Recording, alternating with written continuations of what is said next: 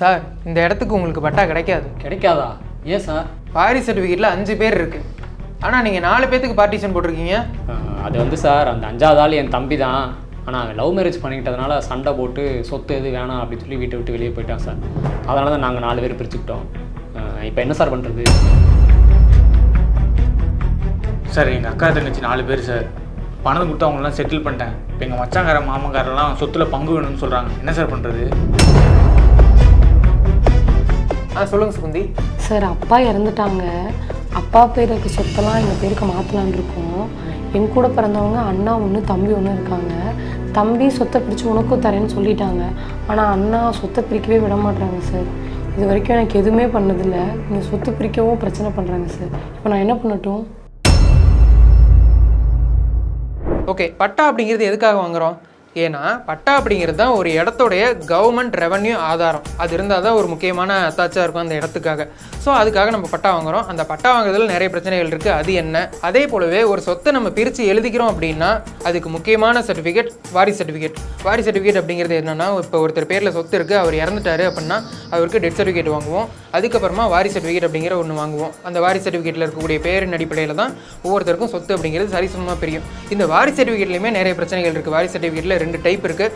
அதில் என்னென்ன பிரச்சனைகள் இருக்குது? அதுக்கப்புறம் முக்கியமான பிரச்சனை, ஒரு வீட்டில் வந்து அக்கா தங்கச்சி இந்த மாதிரி சகோதரிகள் இருந்தாங்க அப்படின்னா அந்த சொத்தை பிரிக்கும் போது எனக்கு பங்கு வேணும் அப்படின்னு சொல்லி கேட்பாங்க. அது மூலிமா நிறைய பிரச்சனைகள் வரும். ஸோ இந்த மாதிரி நிறைய சொத்து சம்மந்தமான பிரச்சனைகள் இருக்குது. அது ரிலேட்டடாக ரீசெண்டாக கூட ஒரு சுப்ரீம் கோர்ட் தீர்ப்பு வந்திருக்கு. அதில் என்ன சொல்லியிருக்காங்க அப்படின்னு சொல்லி சொத்தை பிரிக்கிறது சம்மந்தமாக எல்லா விஷயங்களுமே இந்த வீடியோவில் கிளியர் கட்டாக பார்த்துடலாம். சொத்து சம்மந்தமாக நம்ம நிறைய பத்திரங்கள் கேள்விப்பட்டிருப்போம். அதில் சொத்தை பிரித்து எழுதிக்கிறதுக்கு பாகப்பிரிவினை பத்திரம் அப்படிங்கிற ஒன்று தான் சொல்லுவோம். இந்த பாகப்பிரிவினை பத்திரத்தில் எதை வச்சு சொத்தை பிரித்து எழுதுவாங்கன்னா, நான் முதலே சொன்ன மாதிரி வாரிசு சர்டிஃபிகேட் வச்சு தான் பிரித்து எழுதுவாங்க. இந்த வாரிசு சர்டிஃபிகேட்டில் எத்தனை பேர் இருக்கோ அது அடிப்படையில் சொத்தை சரிசமமாக பிரிச்சுக்குவாங்க. ஓகே, சொத்தை சரிசமமாக தான் பிரிச்சுக்க முடியுமா அப்படின்னு கேட்டிங்கன்னா இல்லை. ஒருத்தருக்கு அதிகமாகவும் இன்னொருத்தருக்கு கம்மியாகவும் கூட பிரிச்சுக்கலாம். அதுக்கு மற்றவங்களோட ஒப்புதல் எல்லாமே வேணும். அந்த ஒப்புதலோட கையெழுத்து இருக்கணும். அப்படி ஒருவேளை அந்த ஒப்புதல் இல்லாமல் ஒருத்தருக்கு அதிகமாகவும் ஒருத்தர் கம்மியாகவும் ஒருத்தருக்கு கொடுக்காமலே பிரிச்சுக்கிட்டாங்க அப்படின்னா அந்த பிரித்த பாகப்பிரிவினை பத்திரம் செல்லாது. அது மூலமாக நம்ம வாங்குற பட்டாவும் செல்லாது, பட்டாவே கிடைக்காது. இப்போது இந்த வீடியோலேயே முதல் பிரச்சனை பட்டா கிடைக்கிறதுக்கான பிரச்சனை என்ன பார்த்துருப்போம் அப்படின்னா, ஒரு வீட்டில் 4 பேர் அண்ணன் தம்பிங்க சொத்தை பாகப்பிரிவினை பிரிச்சுக்கிட்டாங்க. ஆனால் அவங்களுக்கு பட்டா கிடைக்கல. எதனால் அப்படின்னு சொல்லி பார்க்கும்போது அவங்களுடைய வாரிசு சர்டிஃபிகேட்டில் 5 பேர் அப்படின்னு சொல்லி போட்டிருந்தது. 5வது ஆளுக்கு நீங்கள் பங்கு கொடுக்கல அப்படின்னு சொல்லி கேட்டோம் அப்படின்னா, அந்த 5வது ஆள் வந்து காதல் திருமணம் பண்ணிக்கிட்டாரு, அதனால் அவர் எனக்கு சொத்தில் பங்கு வேணான்னு சொல்லிட்டாரு, அதனால் நாங்கள் 4 பேரும் பிரிச்சுக்கிட்டோம் அப்படின்னு சொல்லியிருக்காங்க. ஆனால் சட்டப்படி அப்படி 4 பேருமே பிரிக்க முடியாது. இவருக்கு 5வது ஆளுக்கு வந்து சொத்தில் பங்கு வேணாம் அப்படின்னு சொன்னாலுமே அவர் வேணாம் அப்படின்னு சொல்லி எழுதி கொடுத்துருக்கணும். அப்படி எழுதி கொடுக்காதனால அந்த பாகப்பிரிவினை பத்திரமே செல்லலை. அதனால் அவருக்கு பட்டா கிடைக்கிறதுல பெரிய சிக்கலாயிருச்சு. 2வதா பட்டா கிடைக்கிறதுக்கான ஒரு பிரச்சனையை பார்த்துருப்போம். என்ன அப்படின்னா, சகோதரர்கள் சகோதரிகள் இருக்காங்க. இப்போ வந்து சகோதரிகளுக்கு பங்கு வேணாம் அப்படின்னு சொல்லி அவங்களுக்கு ஒரு பணம் கொடுத்துட்டாங்க. ஆனால் அதுக்கான எந்த அத்தாச்சுமே இல்லை. ஸோ இப்போ இவங்க வந்து பார்ட்டிஷன் பண்ணிக்கிட்டாங்க, சகோதரர்களுக்குள்ளே பார்ட்டிஷன் பண்ணிக்கிட்டாங்க. ஆனால் பட்டாவில் பிரச்சனை ஆயிடுச்சு. ஏன் அப்படின்னா, நான் முன்ன சொன்ன மாதிரி வாரிசு சர்டிஃபிகேட்டில் சகோதரிகளோட பெயரும் வருது. அதுக்கு அவங்க என்ன பண்ணியிருக்கணும் அப்படின்னா, சகோதரிகளுக்கு எனக்கு பங்கு வேணாம் அப்படின்னு சொல்லி பணம் கொடுத்துருக்காங்கல்ல, பங்கு வேணாம் அப்படின்னு சொல்லி விடுதலை பத்திரம் அப்படின்னு சொல்லி ஒன்று இருக்குது. விடுதலை பத்திரம் அப்படின்னா ரிலீஸ் டீட் அப்படின்னு சொல்லி சொல்லுவோம். இந்த விடுதலை பத்திரம் அவங்கள்ட்ட எழுதி வாங்கியிருக்கணும். முன்னே நான் அந்த வீட்டை விட்டு காதல் திருமணம் பண்ணி ஓடி போனாருன்னு சொன்னேன் இல்லையா, அவர்கிட்டையுமே வாங்க வேண்டியது அந்த விடுதலை பத்திரம் தான். ஸோ அந்த மாதிரி விடுதலை பத்திரத்தை எழுதி அதில் ஒரு கையெழுத்து வாங்கினா தான் அவங்களுக்கு ப்ராப்பராக சொத்து வேணான்னு சொன்னதுக்கான அர்த்தமாக இருக்கும். அப்போ தான் இவங்க பண்ண பார்ட்டிஷன் அப்படிங்கிறது செல்லும். அப்படி இல்லை அப்படின்னா அந்த சொத்தை செல்லாமல் போயிடும். இப்போ இந்த விடுதலை பத்திரத்தை பற்றி டீட்டெயில்டாக பார்க்கணும் அப்படின்னா, இது பிளட் ரிலேஷனுக்குள்ளே தான் அதிகமாக நடக்கும். அதே மாதிரியே இந்த விடுதலை பத்திரம் ஒருத்தர் எழுதி கொடுக்குறாங்க, எழுதி வாங்குறாங்க அப்படின்னா அந்த 2 பேருமே சொத்துக்கான கோ ஓனர், அதாவது 2 பேருமே சொத்துக்கு பங்குடையவர்களாக இருக்கணும், அந்த சொத்துக்கான வாரிசுகளாக இருக்கணும். அப்போ தான் அந்த விடுதலை பத்திரம் அப்படிங்கிறது செல்லும். இந்த விடுதலை பத்திரமே 2 வகையில் இருக்குது. ஒன்று கண்டிஷனல், இன்னொன்று வந்து அன்கண்டிஷனல். கண்டிஷனல் அப்படிங்கிறது என்ன அப்படின்னா, இப்போ ஒரு பணம் வந்து இவங்களுக்கு கொடுப்பாங்க.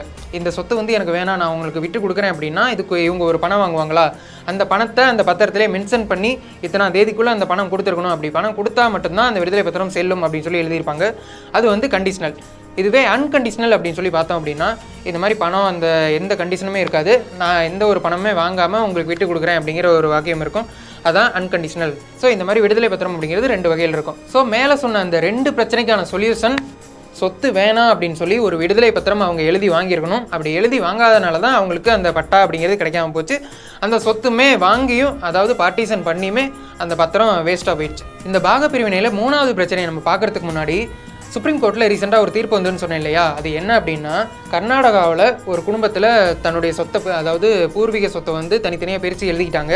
அப்படி பிரித்ததில் ஒருத்தர் அவருடைய பங்கை வந்து விற்றுருக்கிறாரு, வேற ஒருத்தட்ட விற்று பணம் வாங்கியிருக்காரு. அந்த மாதிரி விற்றது செல்லாது அப்படின்னு சொல்லி அவருடைய இன்னொரு சகோதரர் போய் கோர்ட்டில் கேஸ் போட்டிருக்காரு. அப்படி கேஸ் போடும்போது கீழமை நீதிமன்றங்கள்லேருந்து கர்நாடகா ஹைகோர்ட் வரைக்கும் அந்த மாதிரி விற்ற சொத்து வந்து செல்லாது அப்படின்னு சொல்லியிருக்காங்க. இதை எதிர்த்து அந்த வித்தவர் வந்து என்ன பண்ணியிருக்காரு, சுப்ரீம் கோர்ட்டில் போய் கேஸ் போட்டிருக்காரு. சுப்ரீம் கோர்ட் அதை விசாரித்து என்ன தீர்ப்பு கொடுத்துருக்காங்க அப்படின்னா, ஒருத்தருடைய பூர்வீக சொத்தாக இருந்தாலுமே அதை பாகப்பிரிவினை அப்படின்னு சொல்லி பிரிச்சுக்கிட்டாங்கன்னா அப்படி பிரித்தவருடைய சொந்த சொத்தாக அது மாறிடும். அதுக்கப்புறம் அவர் விற்கிறதுக்கு எந்த ஒரு தடையுமே கிடையாது அப்படின்னு சொல்லி ரீசெண்டாக சுப்ரீம் கோர்ட்டில் ஒரு தீர்ப்பு சொல்லியிருந்தாங்க. ஸோ இந்த சுப்ரீம் கோர்ட் தீர்ப்பு மூலிமா நமக்கு என்ன தெரிய வருது அப்படின்னா, பூர்வீக சொத்தாக இருந்தாலுமே பாகப்பிரிவினை அப்படின்னு சொல்லி பிரிச்சுக்கிட்டாங்கன்னா அந்த சொத்து வந்து பிரித்தவருடைய சொந்த சொத்தாக மாறிடும். அந்த சொத்தை எப்படி வேணுமோ அவர் யூஸ் பண்ணிக்கலாம். இப்போ ஏன் நான் இந்த கோர்ட் விஷயத்தை எடுத்தேன் அப்படின்னு சொல்லி உங்களுக்கே தெரியும். ஏன்னா மூணாவதாக நான் சொன்ன அந்த பிரச்சனையில் என்ன நடந்திருக்கும் அப்படின்னா, ஒரு குடும்பத்துக்குள்ளேயே பார்ட்டிஷன் பண்ணிக்கணும், அதாவது பாகப்பிரிவினை பிரிச்சுக்கணும்னு நினைக்கிறாங்க. ஆனால் அதில் ஒருத்தர் மட்டும் எதிர்ப்பாக இருக்காரு அப்படின்னா அதுக்கு எதிராக என்ன தான் பண்ணுறது, அவர் வந்து அந்த சொத்தை பிரிக்க விடலை அப்படிங்கும்போது கோர்ட்டை நம்ம அணுகலாம். அதுக்கு நம்ம கோர்ட்டில் போயிட்டு பார்ட்டிஷன் ஷூட், அதாவது பாகப்பிரிவினை சம்மந்தமாக வழக்கு தொடரலாம். அப்படி வழக்கு போட்டோம் அப்படின்னா அதை விசாரித்து கோர்ட்டு நமக்கு சாதகமான தீர்ப்பு கொடுப்பாங்க. இந்த வழக்கு வந்து ரேர் கேஸில் நம்ம போய் தாக்கல் பண்ணுற மாதிரி இருக்கணும். ஏன்னா ஃபஸ்ட்டு நம்ம இந்த மாதிரி ஒப்புதல் தெரிவிக்காதவருக்கு லீகலாக ஒரு நோட்டீஸ் அனுப்பணும். அதுக்குமே அவர் ஒப்புதல் தெரிவிக்கல அப்படின்னா சொத்து சம்மந்தமான எல்லா டாக்குமெண்ட்ஸுமே ரெடி பண்ணிக்கோங்க. அந்த டாக்குமெண்ட்ஸ் வந்து நமக்கு ஒரிஜினலாக தான் இருக்கணும்னு அவசியம் இல்லை, ஜெராக்ஸோடு எடுத்துக்கலாம். இப்போ ஜெராக்ஸை பொறுத்த வரைக்கும் நம்ம ஆன்லைனில் ஈஸி எடுத்துக்கலாம், பட்டா எடுத்துக்கலாம். இந்த மாதிரி டாக்குமெண்ட்ஸ் எல்லாம் எடுத்து வச்சுக்கிட்டு நம்ம ப்ராப்பராக போயிட்டு கோர்ட்டில் தாக்கல் பண்ணலாம். அப்படி தாக்கல் பண்ணுறதுக்கு 5000 ரூபா ஃபீஸ் கேட்பாங்க. இந்த மாதிரி நம்ம கேஸ் தாக்கல் பண்ணோம்னா அது முடிஞ்சு தீர்ப்பு வரத்துக்கு கொஞ்சம் டைம் ஆகும். அதனால் முடியாத ஒரு சூழ்நிலை இருக்குது, இவர் ஒத்துக்கவே இல்லை அப்படிங்கிற பட்சத்தில் மட்டும் கோர்ட்டை அணுகிறது நல்லது. அதே மாதிரியே ஒரு சொத்து அப்படின்னு சொல்லி எடுத்துக்கிட்டோம் அப்படின்னா அந்த சொத்தை பிரிக்கிறதுல பெரிய பிரச்சனையே எங்கே வரும்னா அந்த வாரிசு அப்படிங்கிறது தான் வரும்னு சொல்லி நான் முன்னாடியே சொல்லியிருப்பேன். இப்போ வாரிசு அப்படிங்கிறது எப்படி பிரியும் அப்படின்னா, ஆண் இருக்காங்க, பெண் இருக்காங்க. இந்த ஆணுடைய சொத்து யாருக்கு போகும், பெண்ணுடைய சொத்து யாருக்கு போகும். அதே மாதிரி இந்த ஆணுக்கு திருமணம் ஆயிடுச்சு அப்படின்னா யாருக்கு போகும், திருமணம் ஆகலை அப்படின்னா யாருக்கு போகும், பெண்ணுக்கு திருமணம் ஆயிடுச்சுன்னா யாருக்கு போகும், திருமணம் ஆகலை அப்படின்னா யாருக்கு போகும். அதே மாதிரி இந்த வாரிசுலேயே 2 டைப் இருக்குன்னு சொன்னேன் இல்லையா, அதெல்லாம் என்ன அப்படிங்கிறத இப்போ பார்த்துடலாம். இந்த வாரிசு அப்படிங்கிறது கிளாஸ் 1 கிளாஸ் 2 அப்படின்னு சொல்லி 2 டைப்பாக இருக்குது. அது என்னப்பா கிளாஸ் 1 கிளாஸ் 2 அப்படின்னு கேட்டிங்கன்னா, இப்போது ஒரு ஆணோட பேரில் சொத்து இருக்குது அப்படிங்கிற பட்சத்தில் அவங்க இறந்துட்டாங்க, அவங்களுக்கு அப்புறமேட்டுக்கு கிளாஸ் 1ல் யார் வருவாங்க அப்படின்னா அவங்க மனைவி, குழந்தைகள், அம்மா, இவங்க 3 பேரும் கிளாஸ் 1 அப்படிங்கிறதுல வாரிசாக வருவாங்க. அடுத்து கிளாஸ் 2, கிளாஸ் 2ல் தான் அப்பா, அவங்க கூட பிறந்த சகோதரர்கள், சகோதரிகள், இவங்கெல்லாம் கிளாஸ் 2ல் வருவாங்க.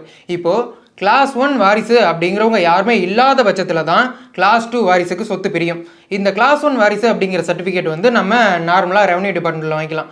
இதுவே கிளாஸ் 2 சர்டிஃபிகேட் வாங்கணும் அப்படின்னா கண்டிப்பாக கோர்ட்டில் போய் ஒரு ஆர்டர் வாங்கி அது மூலயமா தான் கிளாஸ் 2 சர்டிஃபிகேட் வாங்க முடியும். இதுவே ஒரு ஆண் வந்து திருமணம் ஆகாத நிலையிலிருந்து அவருடைய சொத்து வாரிசு அடிப்படையில் எப்படி பிரியும்னா அவருடைய அம்மா, அப்பா இவங்களுக்கு தான் பிரியும். இதுவே அம்மா இறந்துட்டாங்க அப்படிங்கிற பட்சத்தில் அப்பா அவங்களுடைய வாரிசு, அதாவது அந்த ஆணுடைய சகோதரர்கள், சகோதரிகள் இவங்களுடைய பேரில் பிரியும். இங்கே மேஜராக சொத்துக்களில் பிரச்சனை வரதே திருமணமான ஆணோட சொத்துக்களில் தான். நான் வாரிசு, நீ வாரிசு அப்படின்னு சொல்லி ஏகப்பட்ட பிரச்சனை வரும். இந்த மாதிரி திருமணமான ஆணுடைய சொத்துல எப்படி வாரிசு பிரியும் அப்படின்னு சொல்லி ஒரு எக்ஸாம்பிளோட பார்த்துடலாம். இப்போ எக்ஸாம்பிளுக்கு ஒரு கற்பனையாக ஒரு ஃபேமிலி எடுத்துக்குவோம். ஒரு ஆண் இருக்காரு, அவருக்கு திருமணமாகி 4 பசங்க, 2 பொண்ணு 2 பசங்க இருக்காங்க. அவங்களுக்கும் திருமணம் ஆயிடுச்சு. அந்த ஆணுடைய அப்பா அம்மாவும் உயிரோடு இருக்காங்க. இப்போது அந்த ஆண் இறந்துட்டாரு அப்படிங்கிற பட்சத்தில் இந்த சொத்து வாரிசு அடிப்படையில் யாருக்கு பிரியும் அப்படின்னு பார்த்தோம்னா, அந்த ஆணோட பேரில் ஒரு 6 ஏக்கர் நிலம் இருக்குது அப்படின்னு வச்சுக்கோங்க. இப்போ இந்த நிலம் யாருக்கு பிரியும் அப்படின்னா அவருடைய அம்மாவுக்கு 1 ஏக்கர், மனைவிக்கு 1 ஏக்கர், 4 பசங்க இருக்காங்கன்னு சொன்னேன் இல்லையா, பையன் 2 பேர், பொண்ணு 2 பேர், இதில் ஆளுக்கு 1 ஏக்கர். இதில் ஒரு பையன் இறந்துட்டாரு, அவருக்கு திருமணம் ஆகி குழந்தைங்க இருக்காங்கன்னு வச்சுக்கோங்க. அதே மாதிரியே ஒரு பொண்ணு இறந்துட்டாங்க, அவங்களுக்கு திருமணம் ஆகி குழந்தைங்க இருக்காங்கன்னு வச்சுக்கோங்க. இப்போ சரிசமமாக எல்லாருக்குமே 1 ஏக்கர் பிரிஞ்சிருச்சு. அப்பாவுக்கு இல்லையா அப்படின்னு கேட்டிங்கன்னா அப்பா வந்து கிளாஸ் 2ல் தான் வாரிசாக வருவார். கிளாஸ் 1 வாரிசு இங்கே இருக்கிறதுனால அப்பாவுக்கு சொத்து தெரியாது. இதுவே அந்த ஆணுடைய அம்மா இறந்துருந்தாங்க அப்படிங்கிற பட்சத்தில் வேணுமா கிளாஸ் 2 வாரிசாக இருக்கக்கூடிய அப்பாவுக்கு சொத்து போயிருக்கும். ஆனால் அம்மா இருக்காங்க அப்படிங்கிற பட்சத்தில் அவங்களுக்கு தான் சொத்து பிரிஞ்சுது. சரி சமமாக இப்போ ஆளுக்கு 1 ஏக்கரா 6 ஏக்கரும் பிரிச்சாச்சு. இப்போது அந்த மகன் ஒருத்தர் இறந்துட்டாரு, அவருக்கு குடும்பம் இருக்குது. மகள் ஒருத்தவங்க இறந்துட்டாங்க, அவங்களுக்கு குடும்பம் இருக்குது அப்படின்னு சொன்னோம் இல்லையா. இந்த 1 ஏக்கரில் மகனுக்கு எப்படி பிரியும் அப்படின்னா மனைவி, ஒரு பையன், ஒரு பொண்ணு அவருக்கு இருக்காருன்னு வச்சுக்கோங்க. இப்போது அந்த 1 ஏக்கர் இடம் அப்படிங்கிறது அவருடைய மனைவி, 2 குழந்தைங்க 3 பேருமே சரிசமமாக பிரிச்சுக்குவாங்க.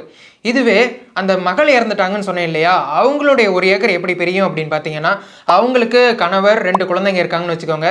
இந்த இடத்துல கணவருக்கு சொத்து போகாது. அந்த 1 ஏக்கர் இடத்த அவங்களுடைய குழந்தைங்க மட்டும்தான், அந்த குழந்தைங்க 2 பேர் மட்டும்தான் சரிசமமாக பிரித்து எடுத்துக்குவாங்க. இப்போ நம்ம கற்பனையை எடுத்துக்கிட்ட இந்த குடும்பத்துக்கு சொத்து அப்படிங்கிறது இப்படி தான் பிரியும். அதாவது மகளுடைய பங்கு அப்படிங்கிற பட்சத்தில் அவங்களுடைய கணவருக்குமே இந்த சொத்துல பங்கு கிடைக்காம தான் போயிருக்கு. இந்த இடத்துல இறந்த மகனுக்கு ஒரு மாதிரியும் மகளுக்கு ஒரு மாதிரியும் சொத்து பிரியறதை நீங்கள் பார்த்துருப்பீங்க. அதாவது மகனுக்கு வந்து மனைவியோட பேர்லையுமே சரிசமமாக பிரிஞ்சுது. ஆனால் மகளுக்கு அப்படிங்கிற வரும்போது அவங்களுடைய குழந்தைங்களுக்கு மட்டும்தான் சொத்து போணுச்சு, அவங்க கணவனுக்கு சொத்து போகலை. இப்படி தான் இவங்களுடைய சொத்து முறை அப்படிங்கிறது பெரிய தாங்க விஷயம். இப்போது சொத்தை நம்ம பிரிக்கிறது ரிலேட்டடாக மேஜரான பிரச்சனைகள் இந்த மாதிரி தான் வரும். இது ரிலேட்டடாக நம்ம பார்த்தோம் அப்படின்னா பட்டா கிடைக்கிறதுலையோ அல்லது நம்மளுடைய பெயர் மாற்றத்துலையோ பெரிய பிரச்சனை வரதுக்கான வாய்ப்பு இருக்குது. அப்புறம் வில்லங்கம் அப்படிங்கிற ஒன்று நம்ம பார்க்க வேண்டிய முக்கியமான விஷயம். ஈஸி பார்க்குறது எப்படி அப்படின்னு சொல்லி ஆல்ரெடி நம்ம நாட்டு நடப்பு சேனல்லேயே வீடியோ போட்டிருக்கோம். அதே போலவே இந்த பார்ட்டிசன் சம்மந்தமாகவும் விடுதலை பத்திரம் எழுதி கொடுக்குறது சம்மந்தமாகவும் எந்த சந்தேகம் இருந்தாலுமே அதை கமெண்ட்டில் சொல்லுங்கள். அதை பற்றி டீட்டெயில்டாக அடுத்த வீடியோவில் சொல்கிறோம். தேங்க்யூ. பொள்ளாச்சியில் 80 ஏக்கர் இருக்குல்ல, அதில் 40 ஏக்கர் நீங்கள் வச்சுக்க 40 ஏக்கர் என் கையில் கூட போய்கிட்டு இருக்கேன். எங்க 4 பேருக்கு 40 ஏக்கரும் ஒருத்தனுக்கு 40 ஏக்கரா?